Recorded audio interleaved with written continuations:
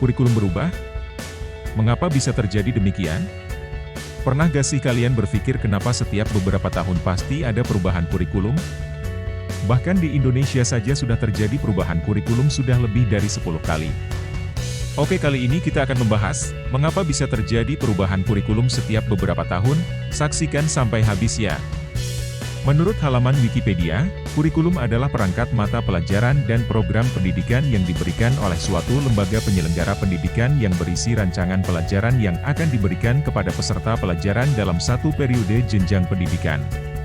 Tapi sampai hari ini belum ada pengertian kurikulum yang mengikat secara universal. Jika dirunut dalam sejarah pendidikan di Indonesia, kurikulum pertama kali diperkenalkan pada tahun 1947, lalu pada tahun 1952, pemerintah menerapkan kurikulum baru yang merupakan penyempurnaan kurikulum 1947. Kemudian pada tahun 1964, kurikulum dirancang dengan tujuan memupuk pengetahuan akademik pada jenjang sekolah dasar. Selain itu, konsep pembelajaran menitik beratkan pada pengembangan moral, kecerdasan, emosional atau artistik, keterampilan, dan jasmani atau disebut pancawardhana. Pada tahun 1968, kurikulum itu dibuat setelah pergantian rezim pemerintahan dari Orde Lama kepada Orde Baru.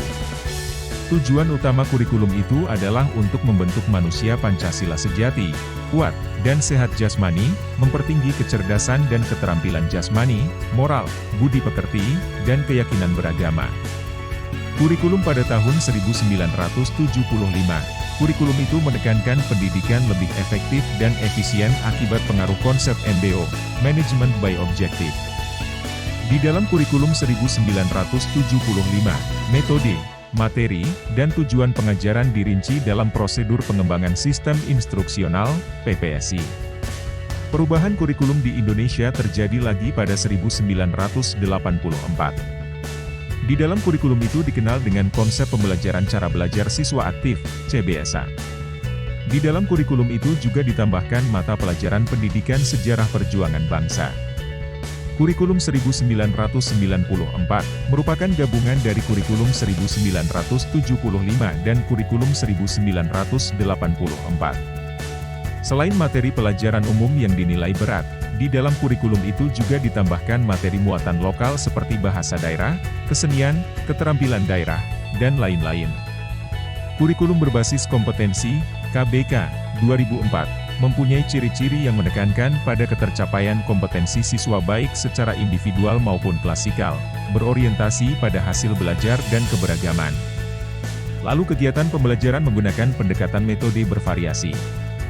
Kurikulum tingkat satuan pendidikan, KTSP, 2006, meski kurikulum itu hampir sama dengan KBK 2004, tetapi prinsip penyusunannya menggunakan konsep desentralisasi pada sistem pendidikan. Pemerintah hanya menetapkan standar kompetensi dan kompetensi dasar, lalu guru diminta mengembangkan silabus dan penilaian sesuai kondisi sekolah dan peserta didik di daerah masing-masing. Kurikulum 2013 atau K13, memiliki 4 aspek penilaian, yaitu aspek pengetahuan, aspek keterampilan, aspek sikap, dan perilaku. Di dalam kurikulum 2013, terutama di dalam materi pembelajaran terdapat materi yang dirampingkan dan materi yang ditambahkan. Pada tahun ajaran 2022-2023, Satuan Pendidikan mulai menerapkan kurikulum merdeka. Kurikulum merdeka adalah kurikulum dengan pembelajaran intrakurikuler yang beragam di mana konten akan lebih optimal, agar peserta didik memiliki cukup waktu untuk mendalami konsep dan menguatkan kompetensi. Guru memiliki keleluasaan untuk memilih berbagai perangkat ajar sehingga pembelajaran dapat disesuaikan dengan kebutuhan belajar dan minat peserta didik. Kurikulum merdeka memberikan keleluasaan kepada pendidik untuk menciptakan pembelajaran berkualitas yang sesuai dengan kebutuhan dan lingkungan belajar peserta didik. Nah, jika dilihat dari sejarah perubahan kurikulum pendidikan di Indonesia yang telah dijelaskan sebelumnya, perubahan ini dilakukan untuk menyesuaikan dengan kebutuhan dan perkembangan zaman, di mana setiap era atau masa memiliki kondisi dan tantangan yang berbeda. Perubahan kurikulum ini juga untuk memperbaiki sistem kurikulum sebelumnya yang bila ada kekurangan, dan menambahkan berbagai aspek untuk mencapai tujuan dari kurikulum tersebut. Maka dari itu, perubahan kurikulum ini memang perlu dilakukan dan relevan dengan perkembangan zaman saat ini dengan memperhatikan keberagaman dan inklusivitas dalam proses belajar mengajar. Jangan lupa untuk tekan tombol like, subscribe, dan lonceng notifikasi agar Anda tidak ketinggalan konten menarik kami selanjutnya.